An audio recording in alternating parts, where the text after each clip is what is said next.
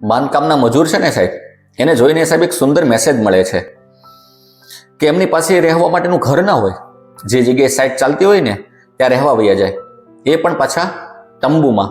લાઇટની પણ વ્યવસ્થા ના હોય, પંખાની પણ વ્યવસ્થા ન હોય, એટલે સુખ સુવિધાવાળું કંઈ પણ તેની પાસે ના હોય, છતાં એ લોકોના લગ્ન થઈ જાય, એ લોકોના છોકરા પણ થઈ જાય, અને એના ચહેરા ઉપર હંમેશા એ ખુશી જોવા મળે.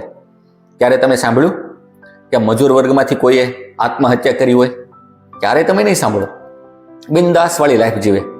જ્યારે બીજી બાજુ આપણી પાસે એમની કરતાં પૈસા વધારે છે, ફેસિલિટી વધારે છે, છતાં ક્યારેય ચહેરા પર ખુશી જોવા ન મળે.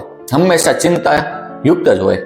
મારી પાસે આ નથી, મારી પાસે પેલું નથી, મારે આ ખૂટે છે, પેલું ખૂટે છે, અને યોગ્ય સમયે છોકરા છોકરી એના લગ્ન તો થાય જ નહીં.